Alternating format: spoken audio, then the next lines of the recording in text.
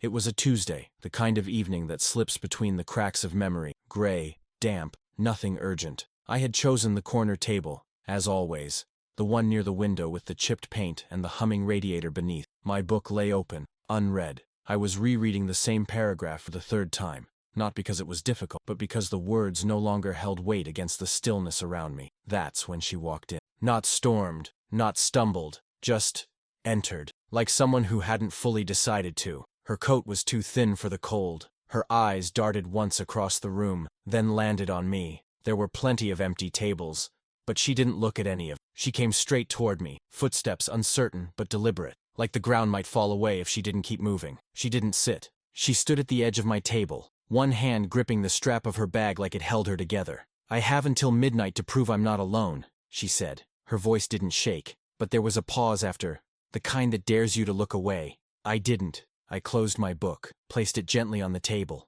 "Then don't leave," I said. That was all. I didn't ask for her name, or what she meant. I didn't need to. Some things don't come with introductions. She pulled out the chair across from mine and sat without removing her coat. Her hands remained in her lap, fingers loosely woven. She looked past me, toward the window, but her eyes weren't focused on anything outside. "I thought you'd ask," she murmured. "I figured you'd tell me if you wanted to." That earned a half smile, not of amusement, more like recognition, as if I'd answered a question she hadn't meant to ask aloud. The waiter came by. I ordered 2 teas without looking at her. When he left, she leaned back slightly in her chair, the tension in her shoulders not loosening, only shifting. "This place always smells like cinnamon," she said. "I like that about it." "I don't. It reminds me of December, and decisions I didn't make." I nodded. Silence settled between us like an old friend. I'm good at silence. I don't try to fill it. When the tea arrived, she wrapped her fingers around the cup but didn't drink. Her eyes flicked to mine, briefly, then away. "I didn't plan this. I didn't think you did. It's stupid." "No. You don't even know what this is. Does it matter right now?" She went quiet again. I could see her breathing slow, like her body was remembering it didn't need to defend itself just yet. "I left a dinner," she finally said. "My sister, her fiancé, their friends, all smiling like they weren't auditioning for someone else's approval." I waited. "They think I'm broken," she said. "Too picky, too sensitive, too much, or not enough. Depends on who's talking. And you had until midnight to convince myself I'm not what they see." She looked at me fully then, eyes sharp, but not unkind. "You don't know me. You don't owe me anything." "Maybe not," I said, "but I'm here." That silenced her again. But it wasn't the same kind of silence as before. The hours passed in pieces. No grand revelations, no outbursts. She told me her name, Hannah, somewhere between her second and third sip. I didn't press for more. She offered fragments, and I took them as they came. A brother she doesn't speak to. A move she postponed. A voice message she couldn't bring herself to do. Nothing dramatic, just real. At some point, she glanced at her phone. 11:46. "Almost midnight," she whispered. "Does it still matter?" She didn't answer right away. Then, softly, not in the way I thought. We didn't speak much after that. When the cafe closed, I stood. She hesitated, then rose too. "Can I walk you somewhere?" I asked. She shook her head. "Not yet. Just stay here for a minute." I nodded. We stood outside, the cold finally sinking into her bones. I offered my coat. She didn't resist.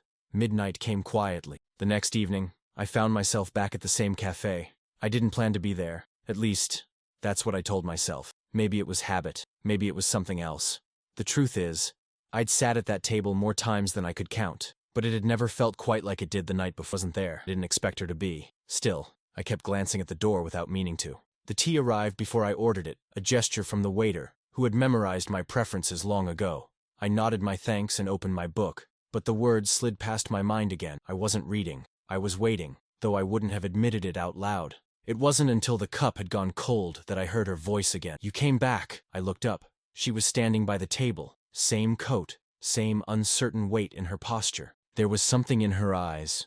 Not surprise, exactly. Something quieter. "So did you," I said. She hesitated, then pulled out the same chair she'd used before and sat down without removing her coat. I wasn't planning to. I wasn't either. She looked at me then, really looked, like she was trying to place me in a world she still didn't trust. "I thought you might have been being polite, or kind out of pity." "I don't do pity." She gave the smallest nod, almost to herself, as if confirming something. "I didn't sleep much," she said. "Me neither." That wasn't quite true. I had slept, but differently, like my body had been listening for something that didn't come. I kept thinking about that sentence. The one I said, she continued. It sounded dramatic. I hate that. It didn't sound dramatic to me. She exhaled, slowly. Then she reached for the menu, even though she didn't look at it. Can I stay a little while again? You don't need to ask. This time, we ordered food. Nothing fancy. Soup for her, toast for me. The kind of meal that filled the space between strangers. There were longer silences. They didn't stretch. They rested. She seemed less guarded, though not entirely. I didn't expect her to. At one point, she glanced at her phone and placed it face down on the table. They've stopped texting, she said. Family? Yeah. They think I'm sulking, or proving a point. Are you? I thought I was. But now I'm just here. The rain started again, tapping softly against the window. She rubbed her palms together. It's always this cold in March. Only when you don't want it to be. She smiled. For real this time. It changed her face. I used to come to places like this with someone. Before, I didn't interrupt. He used to order for me, like it was charming, like he knew better. And did he? No. But I let him think he did. For a long time. She traced the rim of her teacup with her finger. I think I forgot what it feels like to just be next to someone. No pretense, no wait. I didn't answer. I just listened. That seemed to be what she needed more than anything. When the waiter brought the check, I reached for it. She opened her mouth to object, then closed it. Thank you, she said simply. Outside, the rain had softened into a mist. I walked her to the corner this time, where the traffic lights blinked in tired colors. She stopped under the awning and looked at me. The silence was heavier but not uncomfortable. I don't want to go home yet. You don't have to. She glanced at the street. Do you walk or drive? I walk. Can I join you? I nodded. We walked slowly, not speaking much. Just steps and shared space. A quiet agreement formed between us. Not spoken, not negotiated, just understood. At her stop, she paused. I didn't ask where she lived. She didn't offer. Same time tomorrow? She asked. Same table, I said, and she left, but not like the night before. Not fleeing, not proving, just choosing. I arrived early, not because I was eager, or at least that's what I told myself. There was a comfort in getting there first. It gave me time to settle into the stillness before anything began. I chose the same table, ordered the same tea, and opened the book I knew I wouldn't read. The pages were a prop now, a ritual of patience. She walked in 10 minutes later, her coat damp from the lingering drizzle outside. This time, she didn't hesitate at the door. She saw me, nodded softly, and walked straight over. There was a quietness to her steps, a rhythm that didn't demand attention but held it anyway. You always get here first? She asked as she sat. I like to think better when it's quiet. And do you think a lot?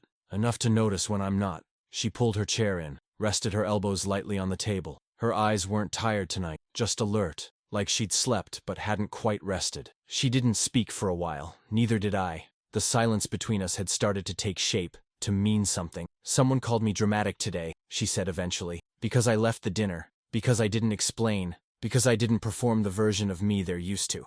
And are you dramatic? I don't think so. I think I just feel things longer than people expect me to. That's not a flaw. They think it is. The tea arrived. She took it with both hands, warming her fingers around the cup.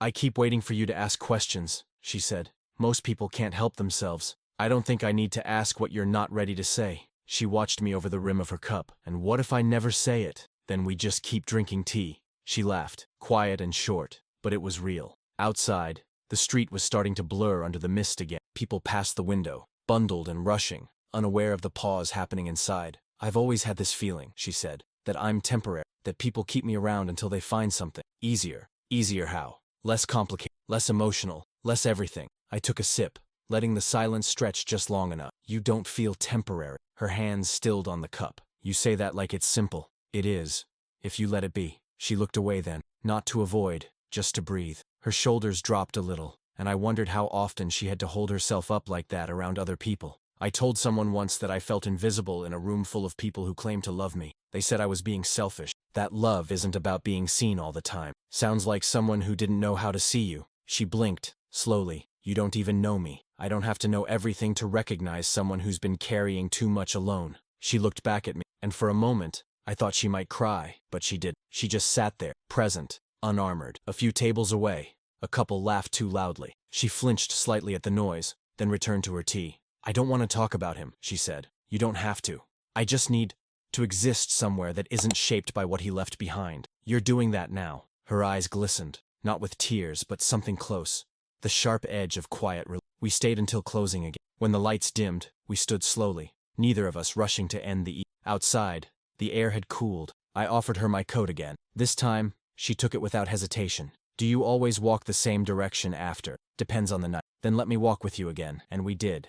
Two silhouettes under a single street lamp, not saying much, not needing to. The city made its noises around us, indifferent to the soft formation of something unfamiliar but not unwelcome. At her corner, she stopped and looked up at me. You're making this harder, she said. How? By not leaving. I haven't once thought about leaving. She nodded once, then turned and walked away, my coat still around her shoulder. The fourth night came with wind, not the kind that howls or threatens, but the colder kind that sneaks past your collar and reminds you you're not entirely protected. I arrived at the cafe with a scarf this time, and a small hope that she'd bring my coat back. Even if that wasn't the point, I wasn't sure what was. She entered at 9:17, later than usual. I noticed the exact time because I'd been watching the minute hand move in slow arcs for too long. She wasn't in a rush. She walked in like the day had worn her down to its last quiet effort. My coat was folded over her arm. I didn't wash it, she said before sitting. Didn't want it to smell like detergent. Figured it still smells like you. That's all right. She slid it over the back of my chair. I didn't touch it. Something about it resting there felt better than taking it back. Tonight, she didn't order tea. She asked for hot water and lemon. Said her stomach had been off. Bad day, I asked. No, just long. She leaned back in her chair, tilted her head like she was trying to stretch thoughts out of her neck. They tried to reach me again, she said. Your family. She nodded. It's like they've decided this version of me is a phase, something they need to fix. And the more I stay away, the more they tighten the net. You don't seem like someone who wants to be fixed. I don't want to be anything. I just want space to figure out if I still fit inside my... I didn't reply. Some truths don't require response, only room. She reached into her bag and pulled out a notebook. Worn, spiral back, a few loose pages threatening to escape. I write lists, she said, flipping it open. Not poems or journals, just lists. What kind? She turned the book toward me. I saw a page with the title, Things I Thought Were Love. Underneath, a dozen bullet points. Some were practical, carrying my bag. Others emotional, listening without checking his phone. One stood out, letting me cry without trying to make it stop. You still make this list? I asked. Sometimes I add to it. Sometimes I cross things out. I handed the notebook back gently. She tucked it away like it was a fragile thing. I don't want to keep measuring, she said, but I don't know how else to feel safe. That's not measuring. That's remembering. Her eyes lingered on mine a little longer tonight. Less guarded, less ready to... Do you always talk like this? She asked. Like what? Like you're not afraid of stillness. Maybe I'm just used to it. I thought I was too, she said. But turns out, I was just waiting for someone to fill it. The cafe was quieter than usual. No laughter in the background. Just two other tables and the soft clink of cutlery. Time felt slower here, like it bent around the space we were holding. She looked at the clock on the wall. 11:42. Almost midnight again. Does it feel the same? She shook her head.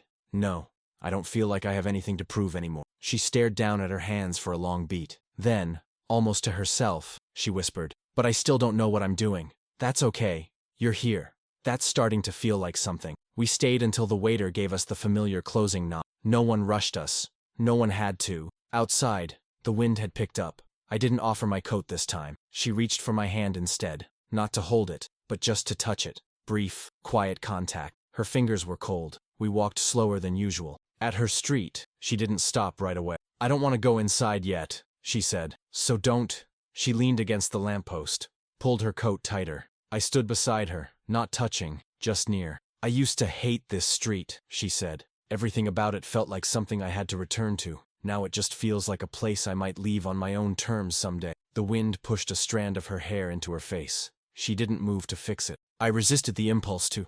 I don't want to ruin this by overthinking it, she said. You're not. Good, she said, and her voice cracked slightly. Because I think something's shifting. It is. She nodded once, turned to leave, then paused, looked back. You're coming tomorrow. I'm already there. By the fifth evening, the ritual had begun to shape itself into something resembling routine. I didn't tell anyone where I was going, not because I had anything to hide, but because it didn't belong to anyone else. There are moments that feel too raw, too newly formed, to explain without damaging them. So I said nothing, just left the apartment at the same quiet hour, took the same path, arrived at the same table. She was already there. It caught me off guard. Hannah, sitting in what had always been my seat, her fingers curled around a half-full cup of tea. She saw me, gave a small shrug like she knew she'd disrupted something. I wanted to see how it felt from your side, she said. And It's quieter. The radiator makes less noise over here. I pulled out the chair across from her, the one she always used. It was still warm. We sat like that for a moment, the chairs reversed, but everything else unchanged. There was a strange intimacy in it, like switching sides in a shared bed for the first time. I almost didn't come today, she said. What changed your mind? You. Her honesty landed gently, like a feather dropping onto water. No splash, just impact. I thought maybe I should pull away before this gets real, she continued, before I start depending on. Are you? I don't know, but I think about this place during the day. I think about your voice when people talk over me. She looked down, embarrassed, then forced a smile. I'm not trying to make this heavier than it is. You're not, I said. The waiter brought me tea without asking. She watched the small gesture like it meant something, and maybe it did. I used to hate quiet men, she said, after a long pause. I mistook silence for disinterest. I thought if someone didn't interrupt me, they weren't listening. And now I realize I was just always explaining myself to the wrong people. The words hung in the space between us.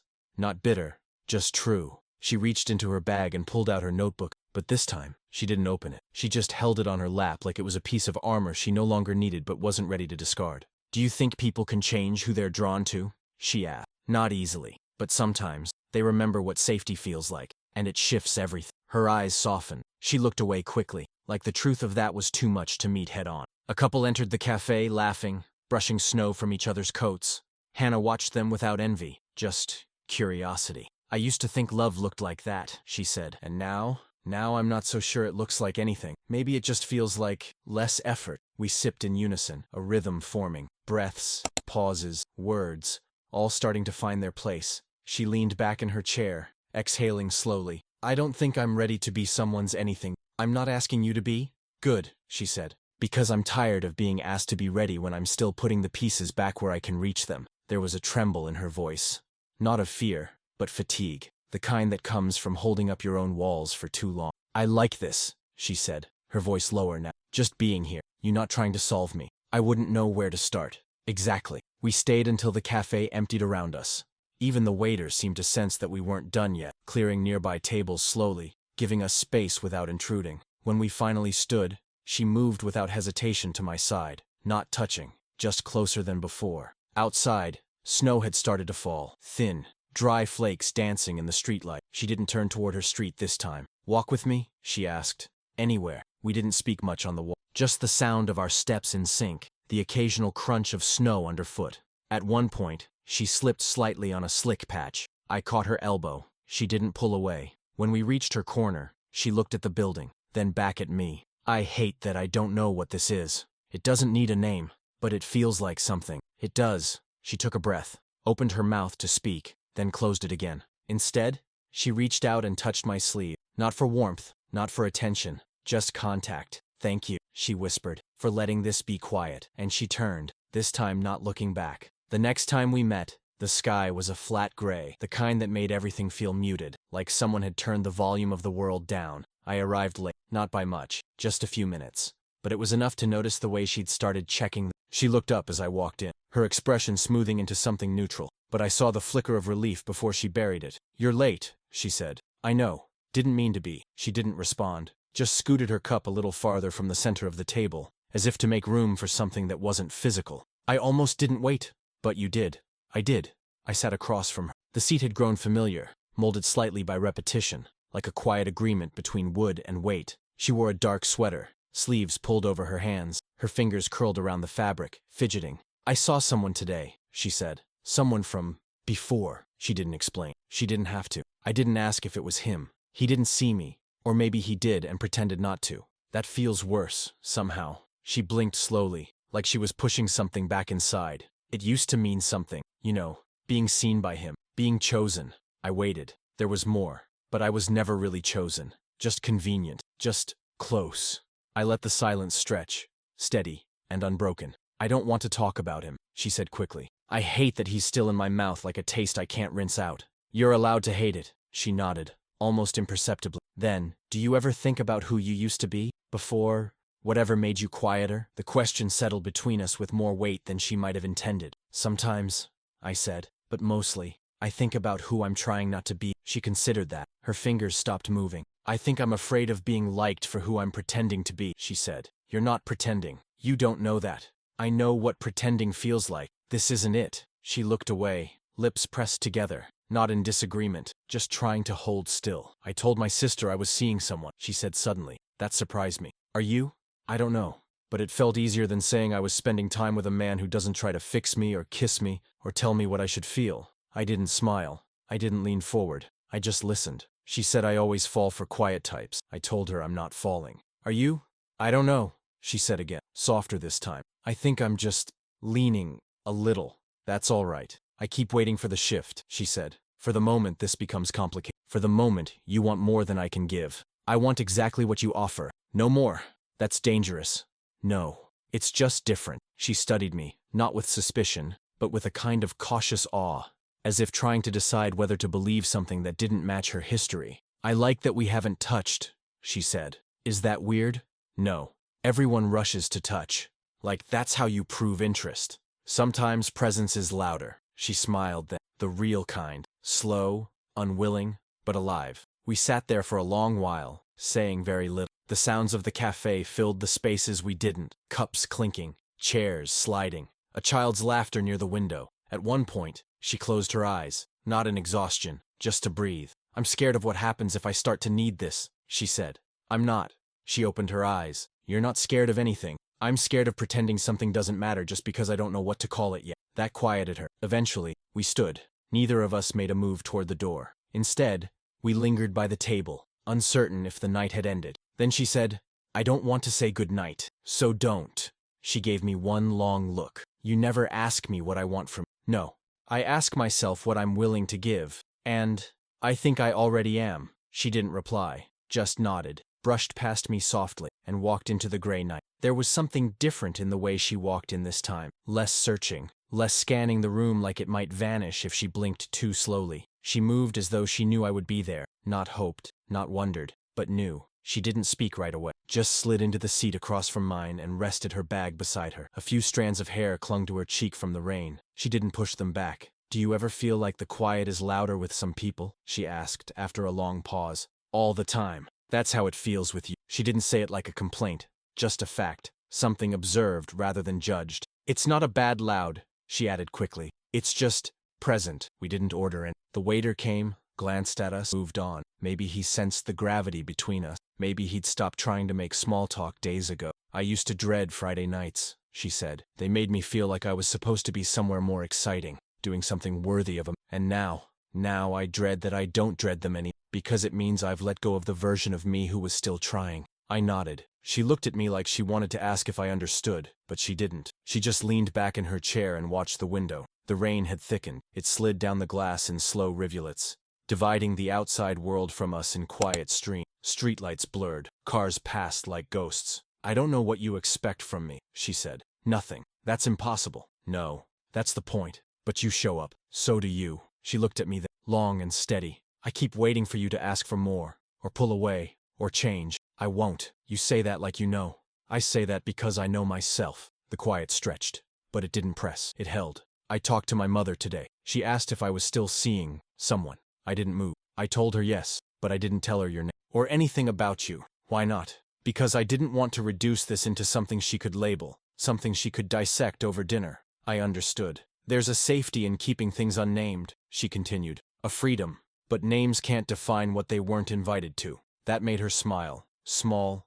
brief, but real. Do you think we're hiding from something? She asked. Maybe. Or maybe we're just giving it time to become what it is. The lights dimmed slightly. The cafe always did that around 10, as if encouraging guests to decide. Stay or go. She didn't move. I don't want to go home, she said. Then stay. Not here. Just not back there. Not to the echo of things I haven't healed. I stood, held out my hand, not to lead her anywhere, just to remind her I was there. We walked in silence.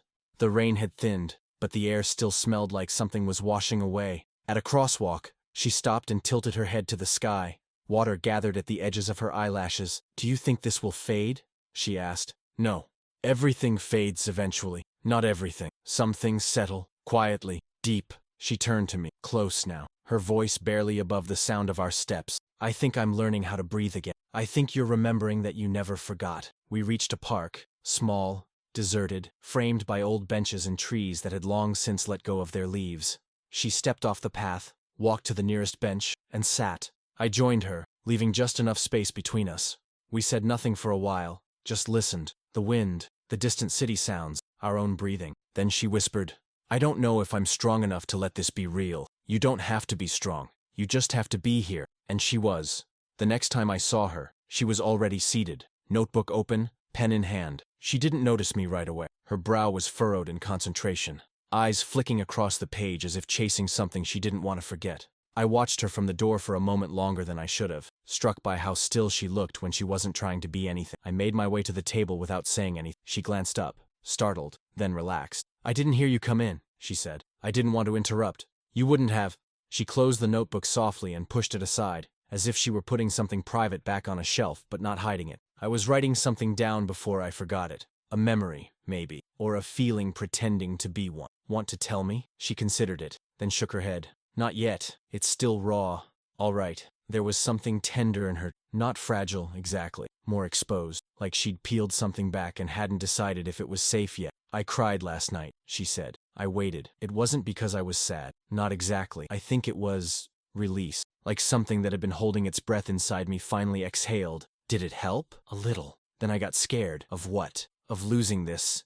Of how easily I could. Her fingers traced the edge of her cup. She wasn't drinking it, just holding it, like it grounded her. "I've spent so much of my life feeling replaceable," she said. "Like I was always an option, convenient until inconvenient." I felt a familiar ache rise in my chest, but I said nothing. "Sometimes, language fails where presence doesn't. I don't feel that way here," she added. "But part of me still waits for the shift. The moment you decide I'm too much, or not enough. That moment's not coming. You can't know that, but I do. Because I'm not looking for a version of you that changes to fit me." She blinked hard, then looked away. "You keep saying things that don't match what I've learned. Maybe it's time to unlearn some things." The silence that followed was dense, but safe. We sat in it like people who no longer needed to fill the air to prove something. "I brought something," she said suddenly, reaching into her bag. She pulled out a folded piece of paper, worn at the creases. "I wrote this months ago," she said. "Never gave it to anyone. It was a letter to him, the one I kept trying to matter to." She placed it on the table between us. "I don't want to give it to him. I think I wanted someone to see it, just to know it existed." I didn't unfold it. I didn't ask. She smiled. "You're not even curious, are you?" "I don't need to read it to understand what it means." She breathed out, a slow, uneven sound. "I think I wanted you to read it just to prove you wouldn't run. I'm still here." The letter stayed on the table. Neither of us touched it. Later, we left the cafe without speaking much more. The night had that heavy quiet, not oppressive, just full. Clouds pressed low against the sky. The street lamps glowed soft. We ended up at the same park bench, our steps aligned without planning. "I want to believe in this," she said. "Then do. I'm not used to things that don't demand a price. There is one, but it's not what you think." "What is it?" "Letting yourself be seen." Without apology. She sat with that for a long time. Then, slowly, leaned her head against my shoulder. It was the first time she'd touched me without hesitation. "I keep waiting for the moment I ruin this," she whispered. "You can't ruin something that was never fragile." She closed her eyes, and I stayed still. She wasn't there when I arrived. It was the first time since that night, the first night, that I sat alone again, at our table, not knowing if she'd come. I ordered the tea, left her side untouched, and tried to read. The words swam. The air felt thinner. 20 minutes passed.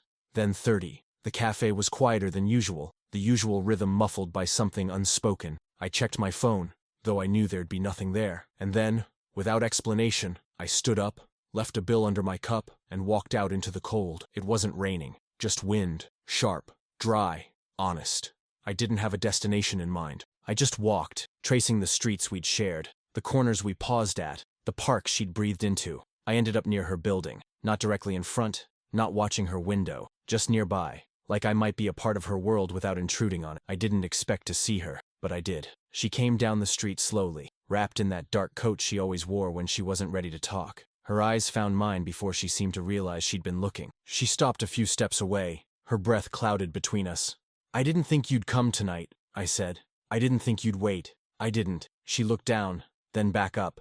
"I almost didn't come." "What changed your mind?" "I wanted to see if you'd notice I was missing." There was no accusation in her voice, just a fragile honesty, a test she hadn't wanted to administer, but needed to. I noticed. We stood there, wind pushing between us. "I think I'm scared," she said. "Not of you, of what this means." It doesn't have to mean anything right now. But it does, she whispered. It already does. A car passed. A dog barked somewhere far off. The world moved as if nothing in it had shifted. I've been here before, she said. This point, where someone gets too close, and I panic, where I think it's better to end it before I can get hurt. I stayed quiet. I could feel her pulse in the air between us, rapid and unsure. I told myself I wouldn't come, she continued. I even wrote a message to say we should stop this, that I'm not ready, that it's not fair to you. Did you send it? She shook her head. I deleted it, but the words are still in me. I took a slow breath. Do you want to stop? I want to, she said. But when I picture it, you not being there, it feels like losing something I haven't even had the chance to hold. Her voice cracked on the last word. She looked away quickly, ashamed of the vulnerability she couldn't undo. I'm not asking you to decide everything tonight, I said. But I'm not going to disappear just because you're scared. That's not what I'm used to. I know. She stepped closer but didn't touch me, just enough for her presence to fold into mine. I'm tired of preparing for endings, she said. I want to choose something that stays. Then choose. She nodded slowly, a decision building inside her. Not loud, not grand, just real. I don't know how to be in this, she said. You're already in it. She closed her eyes for a moment. When she opened them, something had softened. Same time tomorrow? She asked. If you want, I do. She took one step back, then paused. You'll still be there if I'm late. Always. And she turned, this time with no hesitation, no glance over her shoulder. Just the knowledge that she didn't have to look back to know I'd still be standing. She arrived before I did. It was only by a few minutes, but it mattered. She was seated when I walked in, hands wrapped around a cup of something warm, shoulders relaxed in a way that looked new. She saw me and didn't smile, not because she wasn't glad I was there, but because she didn't need to. Something between us had already said everything. I sat down across from her. There was no urgency in the air tonight, no tension hiding in silence, just presence. You look different, I said. I feel quieter. That a good thing? I think so. It's like there's less noise in my chest.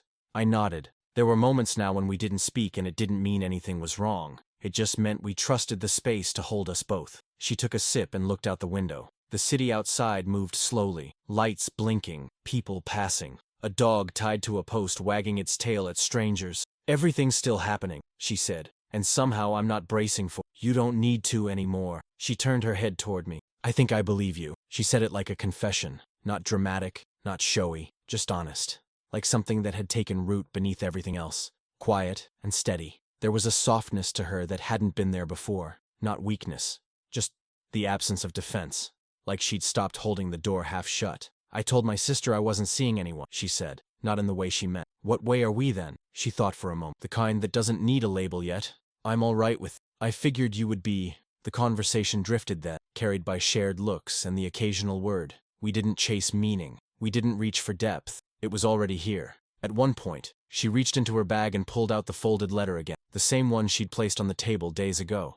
I thought about burning it, she said. What stopped you? I wanted to see if I could sit here with it and not feel like it owned me. And she placed it gently in the center of the table. Then, without looking at it, tore it in half. Then again, and once more, until it was just small pieces of a voice she no longer needed. She pushed the pile aside with her palm, slow and deliberate. It doesn't own me anymore. We didn't celebrate it. We didn't turn it into a milestone. It was just another quiet step, one of many. When we left the cafe, the cold was different, crisp, almost clean. She tucked her hand into the crook of my arm, not seeking warmth, just connection. We walked without choosing a direction, letting the streets guide us. I don't know what this becomes, she said eventually. I don't even know what I want it to become yet. That's okay. But I know how it feels. How does it feel? Like the first time I wasn't asked to perform. We stopped near the corner where she used to say goodbye. Tonight, she didn't. She looked up at me. I don't need to prove I'm not alone anymore. I never needed proof. She smiled then, not wide, but lasting. The kind of smile that feels earned. I used to think love had to arrive loudly, she said, with certainty, with declarations. And now I think it might arrive like this. We didn't name it. We didn't plan the next step. We just stood there, close enough to know something had changed, subtle enough to leave room for what would come. And when she finally turned to walk away, she didn't ask if I'd be there tomorrow. She didn't need to.